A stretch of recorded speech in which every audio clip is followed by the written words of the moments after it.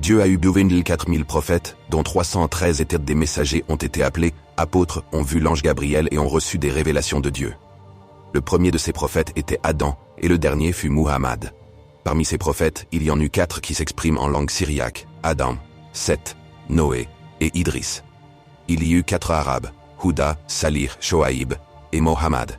Quant à ceux par les prières desquels des morts revinrent à la vie, l'un d'eux fut Moïse, et le premier mort qu'il rappela à la vie fut ce homme que l'on trouva mort au milieu des enfants d'Israël, et personne ne savait qui l'avait tué. Moïse a dit, « Dieu vous ordonne de tuer un taureau et de toucher avec la queue le cadavre de cet homme, jusqu'à ce qu'il parle. » Il y eut encore 70 personnes qui revinrent à la vie par les prières de Moïse. Ce furent ces hommes qui étaient partis avec Moïse pour comparaître devant Dieu. Lorsque Moïse conversa avec Dieu, un nuage blanc descendit et a entouré Moïse, et Dieu lui envoya le Pentateuque sur des tables. Or ces 70 hommes dirent, « Nous voulons voir Dieu. » Au même moment la foudre descendit du ciel et tomba sur eux. Ils furent nus tous entièrement brûlés. Moïse regarda ces 70 hommes. Ils étaient tous morts. Il s'écria, « Ô Seigneur, si tu avais voulu, tu aurais pu les faire périr avant. » Or Moïse savait, et il pensait que Dieu les avait fait périr parce que leur peuple avait adoré le veau. « Ô Seigneur, rends-les à la vie. » Dieu exauça sa prière, et il ressuscita les 70 hommes. La même chose eut lieu aussi au temps de Jésus, fils de Marie. Des hommes morts revinrent à la vie par ses prières.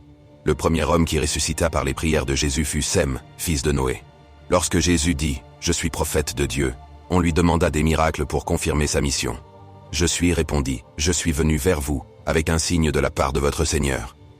Je ressusciterai les morts. Je rendrai la vue aux aveugles, je guérirai les lépreux. » Or les hommes dirent « Venez que nous éprouvions ces paroles », et ils dirent à Jésus.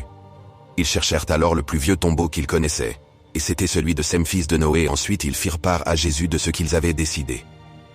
Jésus demanda « En quel lieu est le tombeau de Sem ?» Ils répondirent « Dans tel endroit. » Jésus réunit un grand nombre de gens et fixa la date où il ferait le miracle. Une foule nombreuse se mit en route pour le tombeau de Sem. Josué avança ensuite avec majesté et pria.